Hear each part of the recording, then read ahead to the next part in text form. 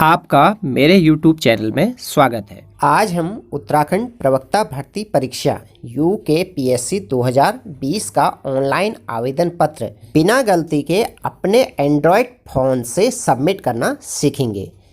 इस वीडियो में ऑनलाइन आवेदन के विभिन्न चरणों की पूरी जानकारी दी गई है, जैसे नंबर 1 रजिस्ट्रेशन करना, 2 शैक्षणिक योग्यताओं को ऐड करना, तीसरा फोटो और हस्ताक्षर अपलोड करना, चौथा अंकपत्र और सर्टिफिकेट की PDF बनाकर अपलोड करना, पांचवा ऑनलाइन ही परीक्षा शुल्क भुगतान करना, छठा प्रिंट आउट निकालना।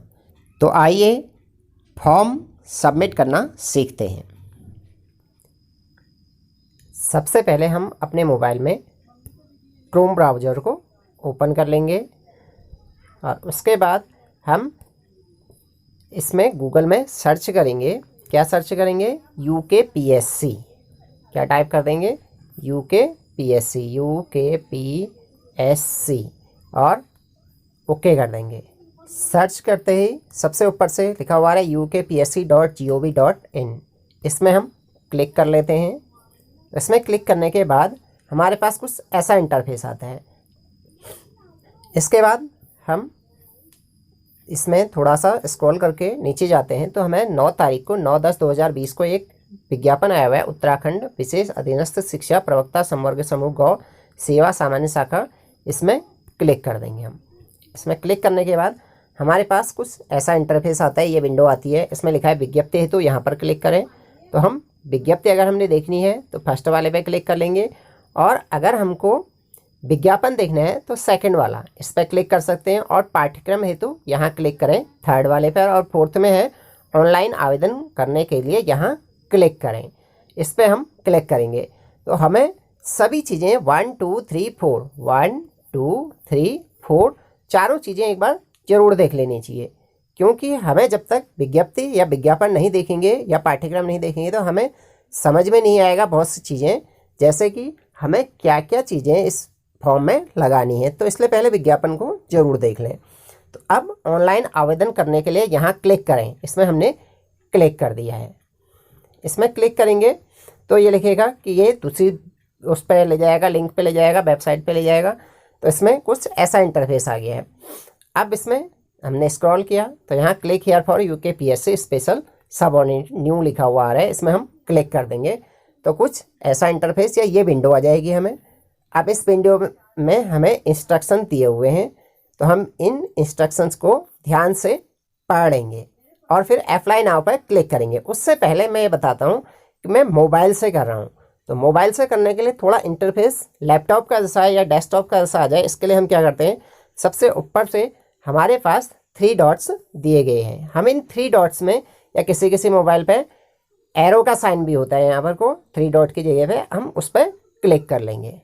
क्लिक किया हमने तो हमारे पास स्क्रॉल डाउन करने के बाद आ रहा है एक डेस्कटॉप साइट लिखा हुआ आ रहा है। यहाँ पर को डेस्कटॉप साइट लिखा हुआ आ रहा है, तो हम इस पर चेक का निशान लगा लेंगे, टिक लगा देंगे। देखिएगा मैं फिर से दिखा रहा हूँ, यहाँ पर टिक का निशान लग गया है। टिक का निशान लगाने के बाद हमको बिल्कुल लैपटॉप या डेस्कटॉप का जैसा इंटरफेस दिखाई देता है। इसमें हमने अब इसको जूम करके हम देख सकते हैं कि इसमें थर्ड वाले ऑप्शन में हमें दिखा रहा है कि क्या क्या स्टेप्स हैं इसको फिल करने के। अब क्या क्या स्टेप्स हैं देखिएगा। स्टेप 1 है रजिस्ट्रेशन एंड पर्सनल डिटेल, और स्टेप 2 है एजुकेशनल एंड अदर डिटेल्स, और थर्ड, फोर्थ, फिफ्थ दिए हुए हैं। तो थर्ड में क्या लिखा हुआ है, फोटो या सिग्नेचर डॉक्यूमेंट्स, और फिर मेक पेमेंट फोर्थ में है, फिफ्थ में है प्रिंट एप्लीकेशन। ये इसके क्या क्या प्रोसेस होंगे, चरण होंगे, ये बताए गए हैं। तो इसको इंस्ट्रक्शंस को हमको ध्यान से पढ़ लेना है, तब अप्लाई नाउ में जाना है। अप्लाई नाउ में जाएंगे तो हमें एक नई विंडो आ जाएगी, बिल्कुल जैसा लैपटॉप या डेस्कटॉप का इंटरफेस आता है उसी तरह का इंटरफेस आ जाता है। इसमें हम जब 3 डॉट में क्लिक करके आगे बढ़ते हैं तो इसके बाद हम इसको जूम कर लेंगे। आप अपने मोबाइल से भी इसको फिल कर सकते हो। फिर देखिएगा, पहला फर्स्ट में है अभ्यर्थी का नाम, यहाँ पर लिखा हुआ है अभ्यर्थी का नाम, कैंडिडेट्स नेम, और फिर सेकंड में है फादर्स नेम। आप इसको ध्यान से फिल कर लेंगे, पिता का नाम या पति का नाम इसमें फिल करना है, हस्बैंड या फादर का नेम। और थर्ड है, अगला है मदर्स नेम, फिर उसके बाद है डेट ऑफ बर्थ। आपको इसको एक एक करके ध्यान से फिल कर लेना है।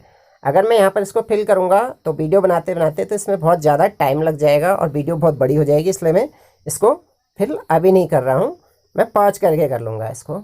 तो जैसे डेट ऑफ बर्थ था, तो डेट ऑफ बर्थ में आपको पहले डे, फिर मंथ और फिर ईयर फिल करना है। डे में आप क्लिक करेंगे तो आपके बर्थ का जो भी डे है, डेट है, उसको आप क्लिक कर लेंगे। और फिर मंथ, कौन सा मंथ था आपका, 4th, 5th, 6th, अक्टूबर, नवंबर, जनवरी से स्टार्ट होगा, पहला जनवरी, फरवरी, मार्च, इस तरह से है।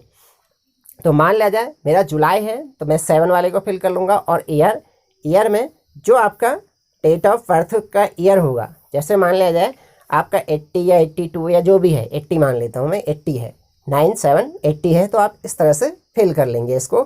तो और इसके बाद रिलीजन पे क्लिक करेंगे, तो रिलीजन आपका जो भी है, हिंदू, मुस्लिम, इस तरह से जैसे ही आप क्लिक करते हैं तो इसके बाद इससे पहले ये आपकी ईयर बताया था कि आप कितने ईयर के हो गए हो, ऊपर से दिखा रहा है आपको रेड उसमें कि आप कितने साल के हो गए हो। मैंने ऐसे ही फिल कर दिया था, 39 साल 11 महीने और 23 दिन दिखा दे रहा है।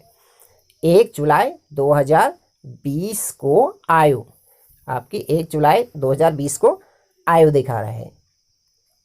इसके बाद आप जेंडर फिल करेंगे, आपका जो भी जेंडर है, मेल या फीमेल, आप इसमें चेक बॉक्स में क्लिक कर लेंगे। इसके बाद राष्ट्रीयता भारतीय, भारतीय हैं तो भारतीय, या अदर्स हैं तो अदर्स में आप क्लिक करेंगे। और इसके बाद आपके पास और भी ऑप्शंस आ रहे हैं। क्या क्या आ रहे हैं कि क्या पहला, सबसे पहले पे दे रखा है कि क्या आपका नाम उत्तराखंड राज्य में स्थित किसी सेवा रोजगार कार्यालय में है, हाँ या नहीं। अगर है तो यस पर क्लिक करेंगे आप, नहीं है तो नो में क्लिक करेंगे। क्या आप किसी नौकरी में कार्यरत हैं, यस तो हाँ, तो यस, नो तो नो में क्लिक करेंगे। कैसे देखिए, क्या आपका नाम किसी रोजगार कार्यालय में है, यस जैसे फिल करेंगे तो आपको उसका पंजीकरण संख्या दर्ज करनी पड़ेगी कि आपने कब इसका रजिस्ट्रेशन किया था और कौन से ज़िले में किया था। देखिएगा इसमें रजिस्ट्रेशन नंबर आप फिल करेंगे और इसके बाद आप रजिस्ट्रेशन नंबर फिल करने के बाद और फिर इसके बाद डिस्ट्रिक्ट, कौन सा एम्प्लॉयमेंट ऑफिस, अल्मोड़ा, बागेश्वर या हल्द्वानी, कोई सा भी इस तरह से आप उसको फिल कर सकते हैं। रुड़की, जो भी आपका रोजगार कार्यालय है उसको फिल करना है यहाँ पर। फिर पंजीकरण की तिथि, आपने रजिस्ट्रेशन अपना कब कराया था एम्प्लॉयमेंट ऑफिस में, उस पर आपके रजिस्ट्रेशन में जो रजिस्ट्रेशन का आपको प्रिंट आउट मिला होगा उस पर आपके उसमें लिखा हुआ होगा। इसके बाद लिखा है पंजीकरण की तिथि, तिथि के बाद है पंजीकरण की तिथि मान्य है कब तक, वैलिड अप टू, उसका नंबर, डेट देनी है कि कब तक है करके। इसके बाद है अगर आपका रजिस्ट्रेशन है तब की बात है, अगर नहीं है तो आप नो कर देंगे। और इसके बाद है क्या आप किसी नौकरी में कार्यरत हैं, हाँ के लिए यस और नहीं के लिए नो में क्लिक करेंगे।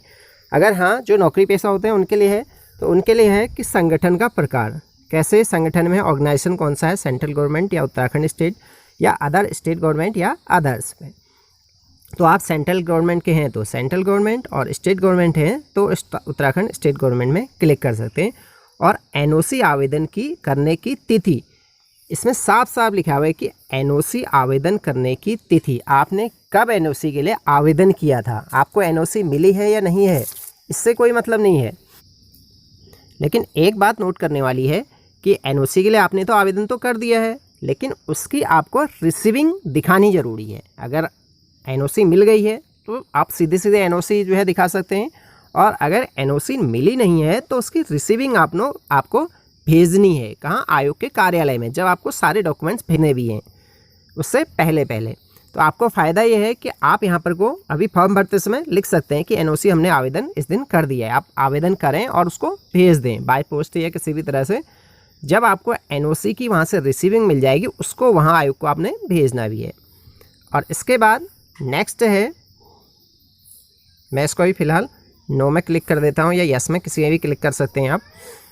फिर इसके बाद है क्या आपने अपनी हाई स्कूल एवं इंटरमीडिएट अथवा इसके समकक्ष स्तर की शिक्षा उत्तराखंड राज्य में स्थित मान्यता प्राप्त संस्थान से उत्तीर्ण की है, यदि की है तो यस, और इसमें करना जरूरी है उत्तराखंड से, नहीं तो आप इसमें अप्लाई भी नहीं कर पा रहे हैं।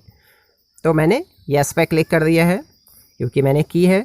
इसके बाद फोर्थ में है, फोर्थ ऑप्शन आपको दिखाई दे रहा है, क्या आप या आपके पति या पत्नी आपके ये उत्तराखंड में अर्धसैनिक बने हुए हैं या उनमें कार्यरत हैं, इनको आप 4th, 5th, 6th, 4th 1 2 3, 4th के मैं बता दे रहा हूँ, 4th 1, 4 2 4 3, इसमें से आप किसी न किसी एक में अगर हैं तो उसमें आप यस में क्लिक कर सकते हैं, क्योंकि या तो आप किसी अर्धसैनिक बल में कार्यरत होंगे, या आपके माता पिता होंगे, या आप किसी गवर्नमेंट सर्विस में होंगे, या आपके माता पिता होंगे, इनको फिल करना है इसमें। अब इसके बाद है 5th नंबर में। 5th नंबर में क्या है, देखिए लिखा है क्या आप उत्तराखंड के स्थायी निवासी हैं जो आजीविका या शिक्षा के उद्देश्य से उत्तराखंड से बाहर रह रहे हैं। उनके लिए है जो उत्तराखंड से बाहर रह रहे हैं लेकिन स्थायी निवासी कहाँ हैं, उत्तराखंड के हैं। तो आप इसके यस या नो में क्लिक कर सकते हैं। और इसका 5th का 2 है क्या आपके पति या पत्नी या आपके माता पिता उत्तराखंड के स्थायी निवासी हैं जो आजीविका या शिक्षा के उद्देश्य से उत्तराखंड से बाहर रह रहे हैं। तो बाहर रह रहे हैं के लिए वालों के लिए यही है 5 1 एंड 2। और इसको फिल करने के बाद नेक्स्ट स्टेप है डोमिसाइल डिटेल्स। उत्तराखंड अधिवासी, क्या आप उत्तराखंड के निवासी हैं? यस तो यस करेंगे, नहीं है तो नो में क्लिक कर देंगे। अब इसके बाद क्या आएगा, यस में जैसे आपने क्लिक किया तो फिर कैटेगरी क्या है आपकी, जनरल, ओबीसी, इस तरह से अनरिजर्व, जनरल, ईवीएस, ओबीसी, एससी या एसटी, जो भी आपकी कैटेगरी आप उसको फिल कर देंगे।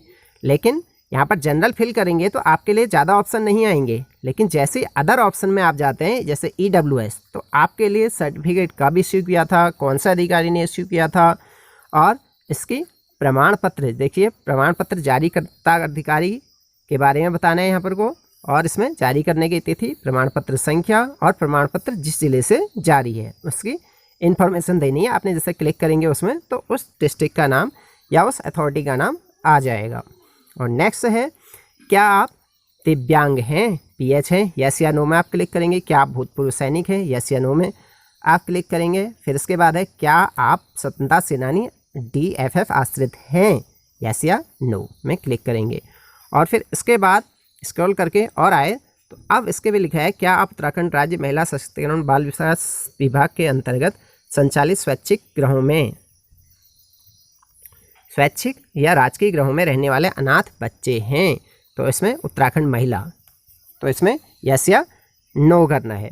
और इसके बाद दावा, श्रेणी, उपश्रेणी, आरक्षण, आयु, छूट आदि जो भी आप पे लागू हैं उस पर आपने क्लिक करना है। जैसे मैंने अभी EWS पे क्लिक किया था तो इसलिए EWS यहाँ पर लिखा हुआ आ गया है, मैंने EWS ऊपर क्लिक किया था यहाँ पर। और अगर आप जनरल होंगे तो आपसे ये चीज़ें लिखी हुई नहीं आएगी, आपका सीधा अनरिजर्व लिखा हुआ आ गया है। कहाँ पर को, यहाँ पर को, जहाँ पर मैंने अभी EWS लिखा हुआ आ रहा था वहाँ पर अनरिजर्व लिखा हुआ, आपकी जो भी कैटेगरी होगी वो लिखा हुआ यहाँ पर आ जाएगा। अब आपने इसमें कॉन्टैक्ट डिटेल या संपर्क विवरण को फिल करना है। संपर्क विवरण को कैसे फिल करना है, पहले ईमेल ID इसमें डालनी है, फिर उसको कंफर्म करना है, ईमेल ID की पुष्टि करनी है, फिर मोबाइल नंबर फिल करना है और फिर उसकी पुष्टि करनी है।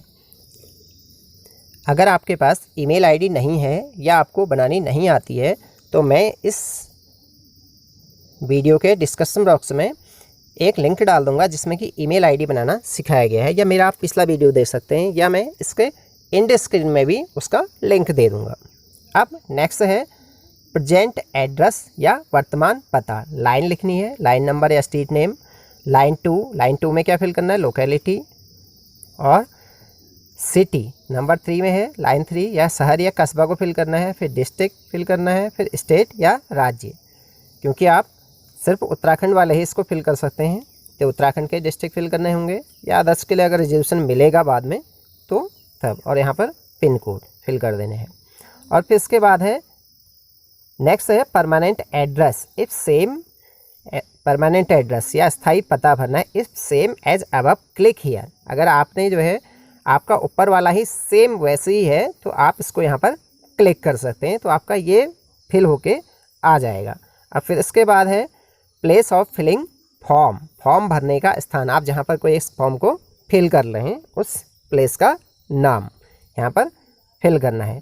फिर इसके बाद आपको क्या करना है कि आप लॉगिन डिटेल फिल करनी है। यहाँ पर लॉगिन डिटेल में क्या क्या फिल करना है, इंटर योर पासवर्ड, लॉगिन के लिए आपको पासवर्ड फिल करना है। नोट लिखा है no separate registration in OTR is required for the filling this form, कि इसके लिए आपको पासवर्ड पहले अपने मन से कोई सोचना है, फिर उसकी पुष्टि करनी है, और यहाँ पर को सुरक्षा की दी गई है, आपको उसको इसमें नीचे फिल करना है। फिर उसके बाद यहाँ कंटिन्यू में क्लिक कर देना है। आप जैसे ही कंटिन्यू में क्लिक करेंगे तो आप इससे यह एडिट करने के लिए पूछेगा, और अगर आपने एडिट कर दिया, अगर कोई गलतियाँ हो रही हैं आपसे, तो आप उसको दोबारा से इसको फिल कर सकते हैं। अगर नहीं हो रही होगी तो आप फिर उसको सबमिट कर सकते हैं। सबमिट में क्लिक करते ही आपके मोबाइल में एक मैसेज आएगा, जो कि आपका क्या होगा, लॉगिन आईडी होगा, जो कि आपका ईमेल आईडी ही होता है। तो ओके, हम इसको क्लिक करके नेक्स्ट में पढ़ जाते हैं। जैसे मैंने कंटिन्यू में क्लिक किया तो इस तरह से एक नई विंडो बन के आई, जिसमें कि मेरी बेसिक इन्फॉर्मेशन दी गई है, जिसको कि मैंने सबमिट करना है या एडिट डाटा करना है। एडिट डाटा यहाँ, सबमिट यहाँ पर आ रहा है और एडिट डाटा यहाँ पर आ रहा है। इसको मैं अपनी डिटेल चेक करके फिल कर सकता हूँ या एडिट कर सकता हूँ या सबमिट कर सकता हूँ। इस पर जब स्क्रॉल डाउन या स्क्रॉल अप करके देखते हैं तो इसमें हमारी सारी डिटेल्स दी गई है, जिसको कि हम एक बार चेक कर लेंगे फर्स्ट से लेकर के लास्ट तक एड्रेस सहित। और फिर उसके बाद सबसे ऊपर से आ रहा है हमारा, ये दो ऑप्शन आ रहे हैं, तो इसमें हम यस या नो में क्लिक कर सकते हैं। फर्स्ट और सेकंड में क्लिक कर सकते हैं। अगर हमने फर्स्ट वाले को लेना है तो इसका मतलब है कि हमारी एंट्री सही है, और दूसरे वाले में क्या है, no I want to change some detail, तो सेकंड वाले में क्लिक करेंगे अगर हमारी कोई गलतियां रह गई हैं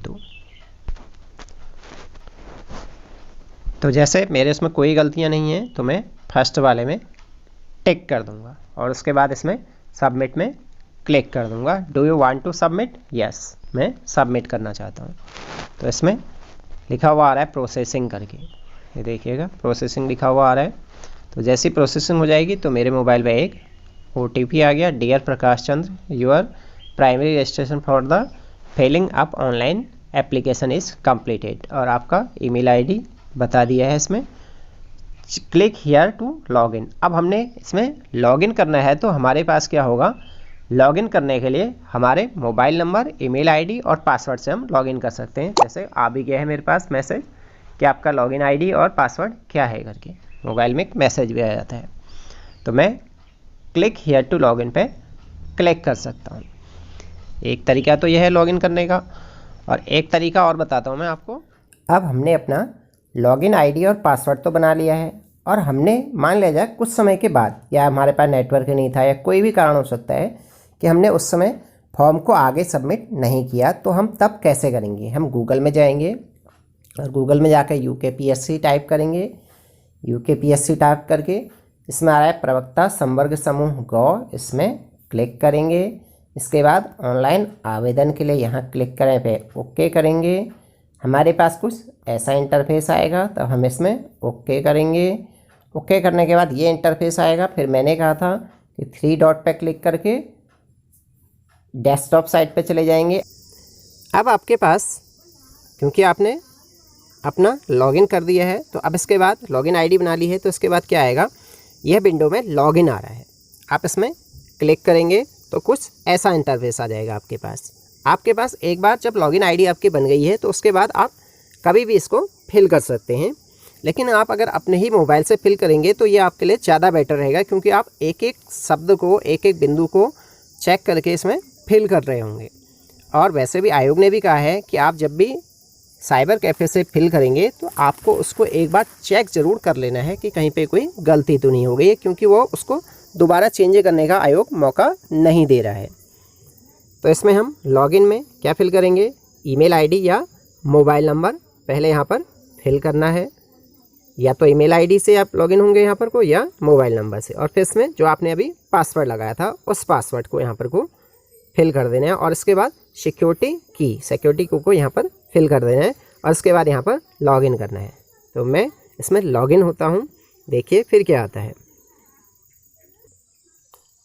तो मैंने इसमें पासवर्ड और लॉगिन आईडी डाल करके अब सिक्योरिटी की डाल दी है, तो मैं लॉगिन कर लूँगा। लॉगिन करते ही कुछ ऐसा इंटरफेस आएगा जिसमें कि मेरी सारी डिटेल इसमें दी हुई होगी। अब मैं क्या करूँगा कि इसमें मेरा फर्स्ट वाला ऑप्शन ग्रीन दिखा रहा है, इसका मतलब मेरा पर्सनल इन्फॉर्मेशन कंप्लीट हो गया है और नीचे उसको शो भी कर रहा है। आप इसको एक बार चेक कर सकते हैं सही है या नहीं है। ऊपर से लिखा हुआ भी आ रहा है प्रोसीड टू नेक्स्ट स्टेप। अब इसके बाद नेक्स्ट स्टेप क्या है, एजुकेशन डिटेल। इसको आप क्लिक करेंगे। इसको क्लिक करते ही आपके पास एजुकेशन डिटेल वाला फॉर्म आ जाएगा। अब इसमें क्या क्या चाहिए, मैं जूम करके इसको दिखा देता हूँ। आपका कैंडिडेट नेम, फादर नेम और मदर नेम, कैटेगरी और जेंडर इसमें फिल किया हुआ दिखा रहा है। अब आप किस पोस्ट के लिए अप्लाई कर रहे हैं उसकी इन्फॉर्मेशन भरनी है। Post information, post applying for general branch में से, जैसे मैं पॉलिटिकल साइंस है मेरा एक सब्जेक्ट जो आपका पीजी में सब्जेक्ट होगा, उस सब्जेक्ट को यहाँ पर को शो करना है पॉलिटिकल साइंस, और दूसरा मेरा है हिस्ट्री। आप दो से अधिक सब्जेक्टों को भी सिलेक्ट कर सकते हैं। आपने जिस जिस सब्जेक्ट में पीजी किया हुआ होगा आप उसको क्लिक कर देंगे। पॉलिटिकल साइंस और हिस्ट्री, यहाँ लिखा हुआ भी आ गया है नीचे से, हिस्ट्री एंड पॉलिटिकल साइंस ये लिखा हुआ है। अब इसके बाद एजुकेशन क्वालिफिकेशन ये आ रहा है, तो इसमें अपनी हाई स्कूल से आगे की क्वालिफिकेशन को शो करना है यहाँ पर को। कैसे, आइए देखते हैं। पहला है क्वालिफिकेशन टाइप, सेलेक्ट क्वालिफिकेशन क्या है। सबसे पहले हाई स्कूल से शुरू करना है। उसने लिखा भी है कि हाई स्कूल से आरंभ करते हुए high school, 10th intermediate, 12th diploma, graduation, B Ed, L T, शिक्षा शास्त्री and post graduation detail. High school, 10वीं इंटरमीडिएट, इसकी डिटेल डालनी है। नोट क्या लिखा हुआ है नोट में, देखिएगा यहाँ पर को नोट में लिखा हुआ है, यहाँ पर add your qualification from 10th onward, 10th से ऊपर को, 10th फिर 12th फिर ग्रेजुएशन, इस तरह से आपको अपनी इंफॉर्मेशन देनी है यहाँ। कैंडिडेट कैन ऐड, अब ये भी आ रहा है कि candidate can add multiple qualification, graduation या post graduation, B Ed, E T C using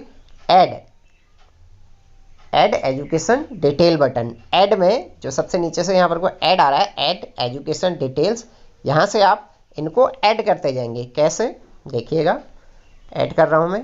first high school मैंने फिल कर दिया था। अब डिग्री का नाम क्या है, डिग्री का नाम खाली हाई स्कूल 10th ही होगा यहाँ पर को। अब बोर्ड का नाम, उसके बाद हाई स्कूल 10th, विश्वविद्यालय या बोर्ड, कौन सा स्टेट से किया था आपने। जैसे मैंने उस समय उत्तराखंड बोर्ड नहीं होता था, उस समय उत्तर प्रदेश बोर्ड होता था, मैंने उत्तर प्रदेश पे क्लिक कर दिया। अब उत्तर प्रदेश में क्लिक करने के बाद नेक्स्ट स्टेप है कि अंतिम वर्ष की मार्कशीट जारी करने की तिथि। अब मार्कशीट हमने, मेरा बोर्ड नहीं आया अभी यहाँ पर को सिलेक्ट बोर्ड करके, तो मैं क्या करूँगा, बोर्ड में क्या था, Uttar Pradesh high school and intermediate education ये था। आप अपनी मार्कशीटों में से इसको चेक कर सकते हैं क्या है आपका बोर्ड करके।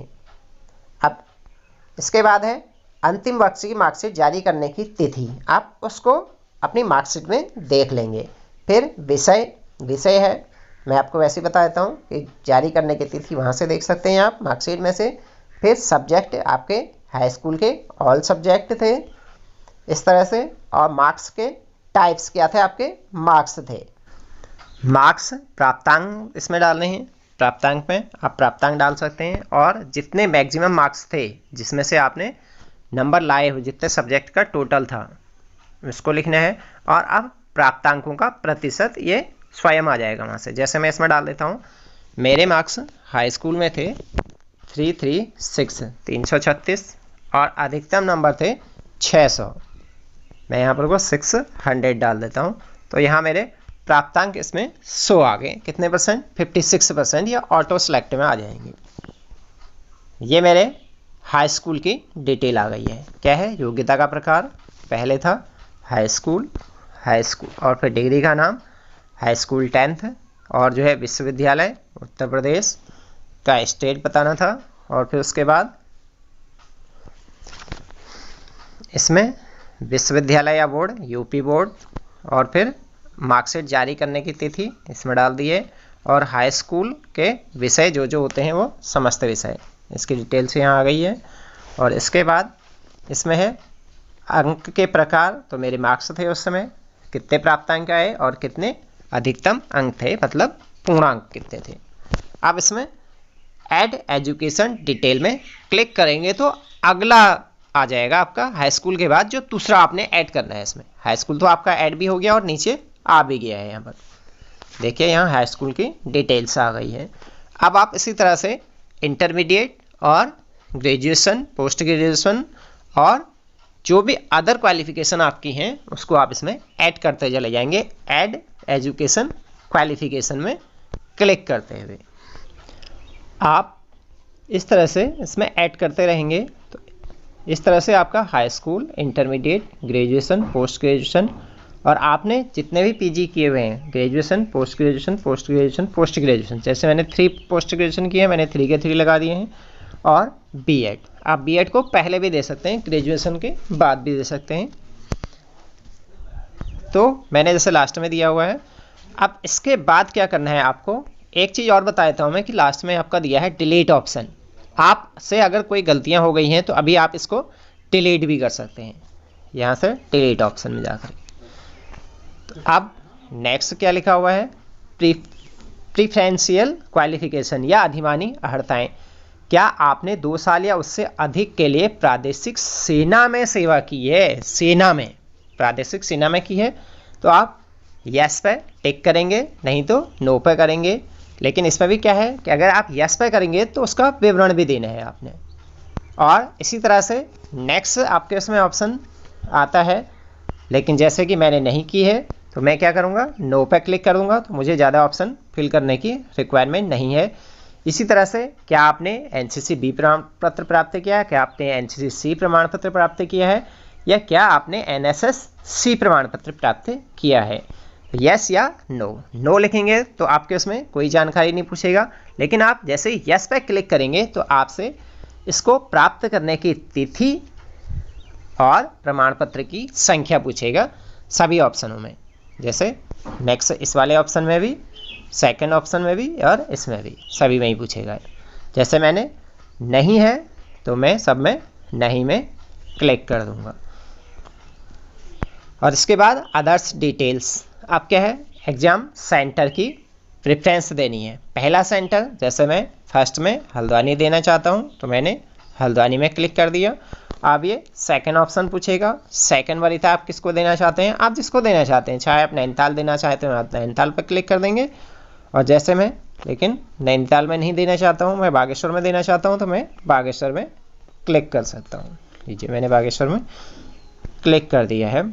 नेक्स्ट ऑप्शन है, क्या आपके खिलाफ कोई आपराधिक मामला लंबित है, यस या नो। यस है तो उसकी डिटेल फिल करनी पड़ेगी।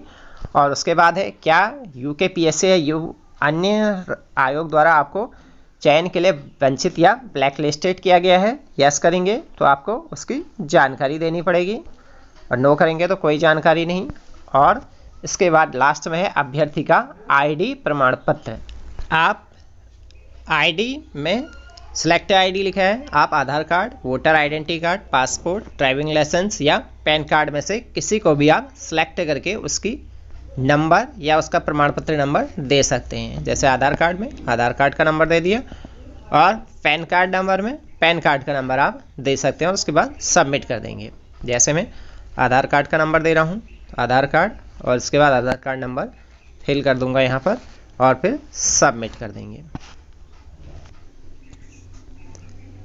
अब सबमिट में क्लिक कर दिया। सबमिट में क्लिक करते ही देख रहा है कि please make sure you have save the PG information and all the data field is correct before clicking on okay. अगर आपने सही फिल किया है तो आपने एक बार चेक कर लेना चाहिए था, नहीं तो आप अभी भी कर सकते हैं। तो कैंसिल करके आप दोबारा से उसको चेक भी कर सकते हैं। जैसे मैं कैंसिल कर रहा हूँ तो उसके बाद बैक जा करके उसको चेक कर लूँगा। मैंने अपनी जानकारी चेक कर ली है। अब मैं सबमिट पे क्लिक कर दूंगा। फिर से वैसे लिखा हुआ आ रहा है कि PG please make sure you have save the PG information and all the data field is correct before clicking okay. Okay कर दिया मैंने, क्योंकि मैंने दोबारा से चेक कर लिया है उसको।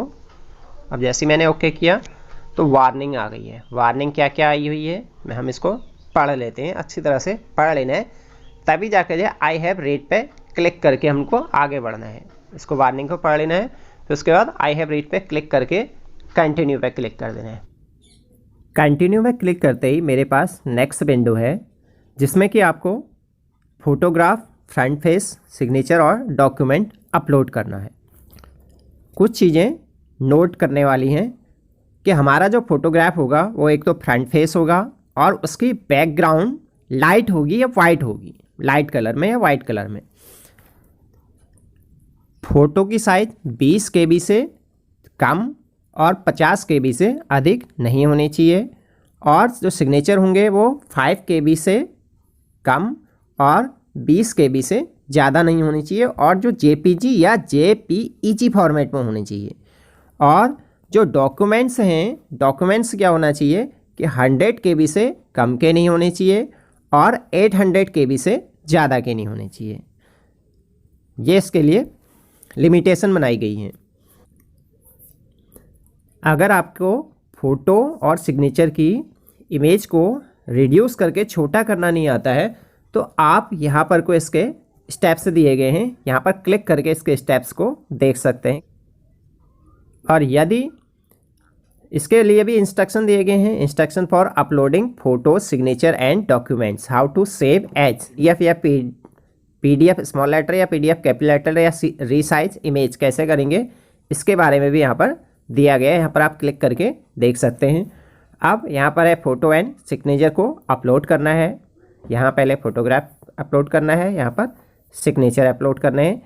कैसे अपलोड करने हैं देखिएगा, यहाँ पर को लिखा है चूज फाइल, इसमें क्लिक करेंगे आप और यहाँ पर चूज फाइल लिखा है, इसमें क्लिक करेंगे। मैं बताऊँगा आगे स्टेप्स में। अब है हाई स्कूल की marksheet and certificate to upload, इसको कैसे अपलोड करेंगे, कैसे सेलेक्ट, यहाँ पर लिखा है चूज फाइल। आप इसकी PDF फाइल को जो कि आपने कंबाइंड बना रखी होगी हाई स्कूल की मार्कशीट और सर्टिफिकेट की, उसको यहाँ पर को अपलोड कर देना है। और अब नेक्स्ट है इसका इंटरमीडिएट की फाइल्स को सेम उसी तरह से ही अपलोड करना है। यहाँ पर चूज फाइल से मार्कशीट और सर्टिफिकेट दोनों को, और फिर उसके बाद है ग्रेजुएशन की मार्कशीट एंड सर्टिफिकेट को अपलोड करना है और फिर उसके बाद BEd LT या शिक्षा शास्त्री की मार्कशीट और सर्टिफिकेट को अपलोड करना है यहाँ पर चूज फाइल करके। और नेक्स्ट है पोस्ट ग्रेजुएशन की मार्कशीट एंड सर्टिफिकेट को अपलोड करना सेम मेथड से, अभी मैं बताऊंगा आगे आपको।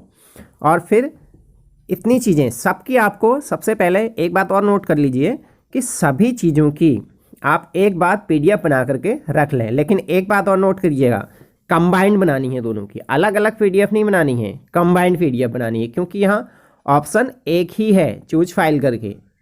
क्योंकि अगर मान लिया जैसे ग्रेजुएशन की मार्कशीट और सर्टिफिकेट को अपलोड करना है तो उसको कंबाइंड बना के रखना है, क्योंकि एक ही फाइल को यहाँ पर अपलोड कर सकते हैं आप। ऐसे BEd की मार्कशीट और सर्टिफिकेट, लेकिन ख़ास तौर से बहुत ज़्यादा नोट करने वाली बात है कि पोस्ट ग्रेजुएशन की मार्कशीट एंड सर्टिफिकेट वाला ऑप्शन, इसमें लिखा हुआ है कि फॉर, यहाँ पर देख लीजिएगा इसके अंदर लिखा हुआ है फॉर सिंगल या multiple post graduation can combine all the post graduation marksheets and certificates in a single PDF and then upload. मतलब कहने का मतलब यह है कि हिंदी में जो मैं बता रहा हूँ तो उसका मतलब यह है कि आपने मान लिया 2 सब्जेक्ट से PG किया हुआ है और उन्हीं से ही आप फॉर्म भी फिल कर रहे हैं, तो दोनों सब्जेक्टों की मार्कशीट, जैसे मान लीजिए मैंने हिस्ट्री और पॉलिटिकल से किया है, मैं हिस्ट्री और पॉलिटिकल की मार्कशीट और सर्टिफिकेट दोनों को एक ही PDF में कंबाइन करके इसमें फिर सबमिट कर दूंगा। कैसे, यहाँ पर को चूज फाइल करके एक ही फाइल बनानी है उसकी भी। अभी तो आपने देखा था पोस्ट ग्रेजुएशन के बारे में, अब है required eligibility certificate to upload. ये क्या चीज़ है, इसमें लिखा हुआ है आपका रेड उसमें कि for multiple documents scan all the documents in the single PDF, एक ही PDF में। Also refer to the point 8 of annexure 4 in advertisement. Advertisement का पॉइंट 8, एनेक्सियर 4 का पॉइंट 8 जरूर पढ़ रहे हैं। मैं आपको एनेक्सियर 4 का पॉइंट 8 दिखा देता हूं जो एडवर्टाइजमेंट में आया हुआ था।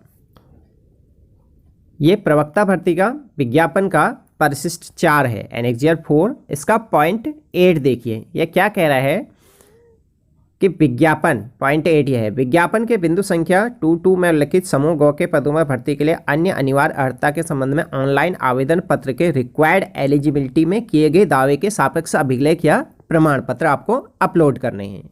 अब ये क्या चीज़ है, आपको रिक्वायर्ड एलिजिबिलिटी में आपने क्या दावा किया था उस चीज़ के आपको सर्टिफिकेट लगाने हैं इसमें। उसमें क्या क्या चीज़ें थी मैं आपको पैक लेके जाके दिखा रहा हूँ। और अब मैं आपको फिर से रिक्वायर एलिजिबिलिटी पर ले आया हूँ कि इसमें आपने 1, 2, 3, 4 और 4 के सब पार्ट हैं कुछ, और इसका 5 वाला, इन्हीं में से जिससे इसमें आपने हाँ फिल किया था तो उसके आपको डॉक्यूमेंट वहाँ पर लगाने हैं जहाँ पर लास्ट में आपको सबमिट करना पड़ रहा है फॉर्म, लास्ट में जहाँ पर आप इसके डॉक्यूमेंट लगाने पड़ रहे हैं जो पीजी के बाद लगाने पड़ रहे हैं। चलिए अब वहाँ पर आते हैं डॉक्यूमेंट अपलोड करने में। यहाँ से समझ में आ गया हमको, अगर आप किसी उत्तराखंड में किसी जिला सेवाजन कार्यालय में पंजीकृत हैं तो उस पर यस किया होगा आपने, तो उसका आपको पंजीकरण का सर्टिफिकेट वहाँ पर लगा देना है, उसकी पीडीएफ। और यदि आप किसी नौकरी में कार्यरत हैं तो नौकरी का एनओसी लगानी पड़ेगी, या नीचे अदर्स में से किसी में आपने यस किया होगा तो उनको भी आपको यहाँ पर उसकी पीडीएफ बना के लगानी पड़ेंगी। तो आइए अब फॉर्म को सबमिट करने में चलते हैं। अब रिक्वायर एलिजिबिलिटी सर्टिफिकेट को अपलोड करने के बाद आपको क्या करना है, यहाँ पर अपलोड कर देंगे आप। तो इसमें 2 ऑप्शन सबसे नीचे से आ रहे हैं, एक अपलोड, एक रीलोड इमेज। अपलोड आपको तभी करना है जबकि आपने सब ठीक ठाक यहाँ डॉक्यूमेंट्स अपने अपलोड कर दिए हैं। अन्यथा अगर आपका कोई डॉक्यूमेंट गलत हो चुका है तो आप क्या करेंगे कि जो आपका रीलोड इमेज लिखा हुआ है यहाँ पर क्लिक करेंगे तो आपकी इमेज पुरानी वाली सब हट जाएंगी और आप दोबारा से उसमें रीलोड कर सकते हैं। तो आइए अब इसको सबमिट करना देखते हैं कैसे करते हैं हम।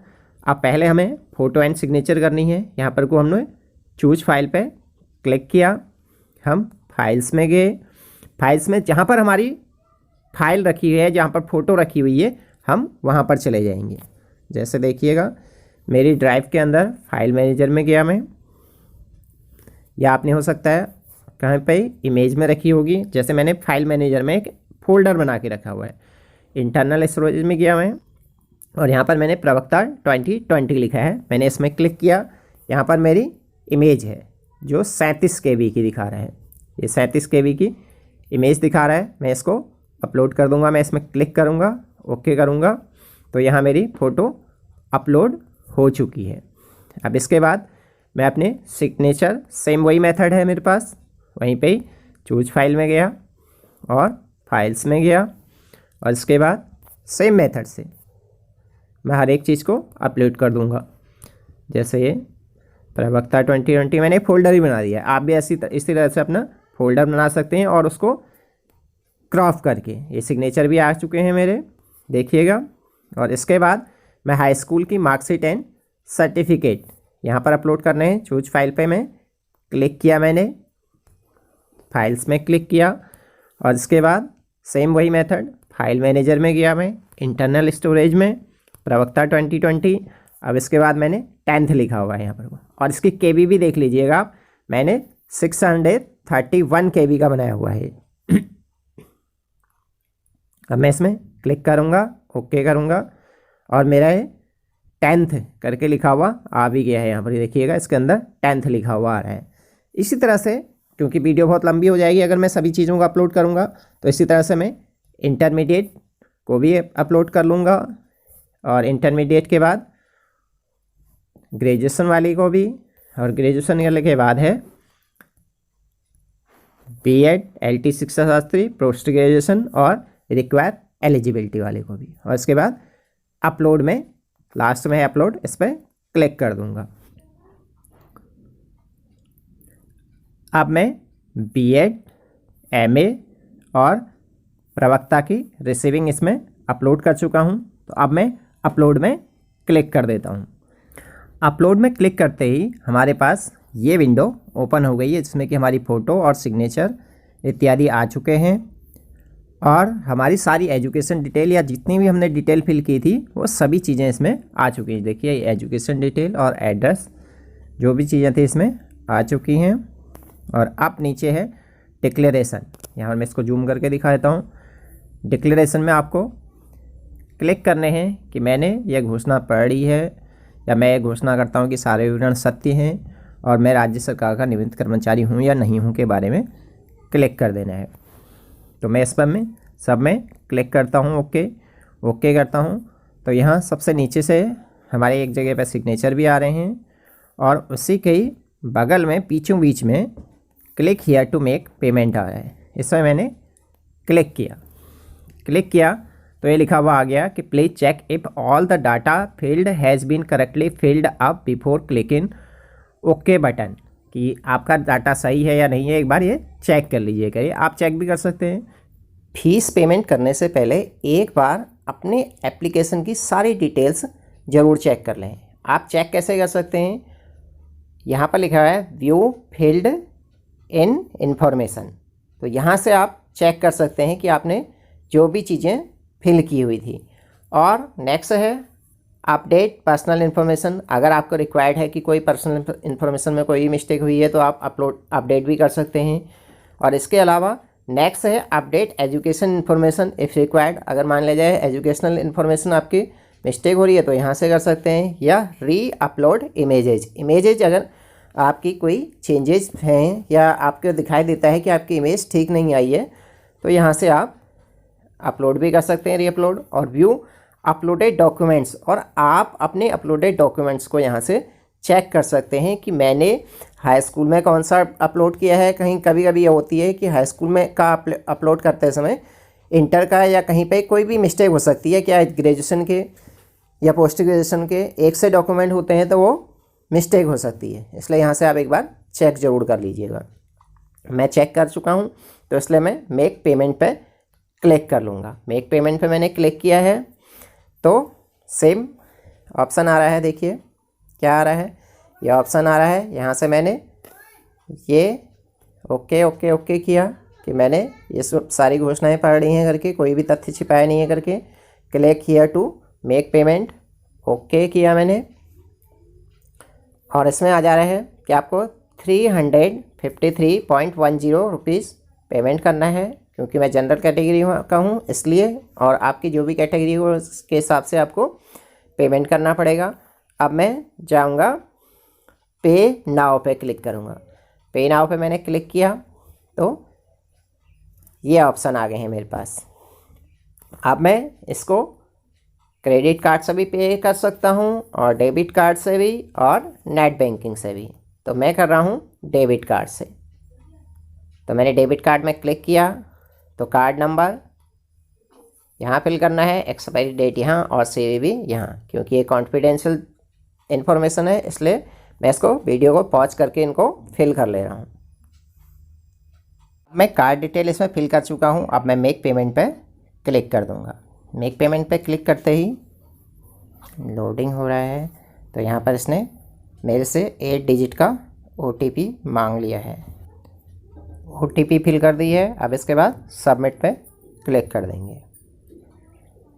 सबमिट पे क्लिक करते ही पेमेंट हो चुका है, इसका एक मैसेज दिखा रहा है यहाँ पर, सेव एंड कंटिन्यू पे हम या प्रिंट कर सकते हैं इसको या सेव एंड कंटिन्यू भी कर सकते हैं। आप सीधे ऊपर से प्रिंट पे भी जा सकते थे। आपका फॉर्म फिल हो चुका है। अब आप कभी भी इसे प्रिंट आउट कर सकते हैं। कैसे, आप यहाँ पर लॉगिन आईडी और पासवर्ड डालेंगे और यहाँ पर को सिक्योरिटी की डाल देंगे और फिर उसके बाद लॉगिन हो जाएंगे। मैंने पासवर्ड इत्यादि फिल कर लिया है। अब मैं लॉगिन में क्लिक कर रहा हूँ तो देखिएगा मेरा लॉगिन वाला पेज जिसको मैं प्रिंट आउट करना है वो पेज खुल जाएगा। लॉगिन में क्लिक करते ही मेरे पास ये पेज आ चुका है। मेरी सारी डिटेल्स इसमें आ चुकी है और मैं इसको जूम करके दिखाता हूँ। सबसे लास्ट में मेरा प्रिंट ऑप्शन है। मैं किसी भी प्रिंटर से इसको ऐड करके अपने मोबाइल को ऐड करके इसका प्रिंट आउट यहाँ से निकाल सकता हूँ। या आप ऐसा भी कर सकते हैं, क्योंकि आपने इस फॉर्म को बिल्कुल अपने सामने पैर अपने हाथों से इसको फिल किया हुआ है, आपसे कोई भी गलती नहीं हुई है। तो अब आप कहीं पे भी किसी भी जगह पर जाकर जहाँ पर कि आपको प्रिंटर मिल सकता है, वहाँ पर जाकर के आप या साइबर कैफ़े में जाकर के आप इसका प्रिंट आउट वहाँ से निकाल सकते हैं और इसको आयोग को भेजना है। जो जो डॉक्यूमेंट आपको भेजने हैं वो आप उसके साथ भेज सकते हैं। धन्यवाद पूरा वीडियो देखने के लिए। Thanks for watching.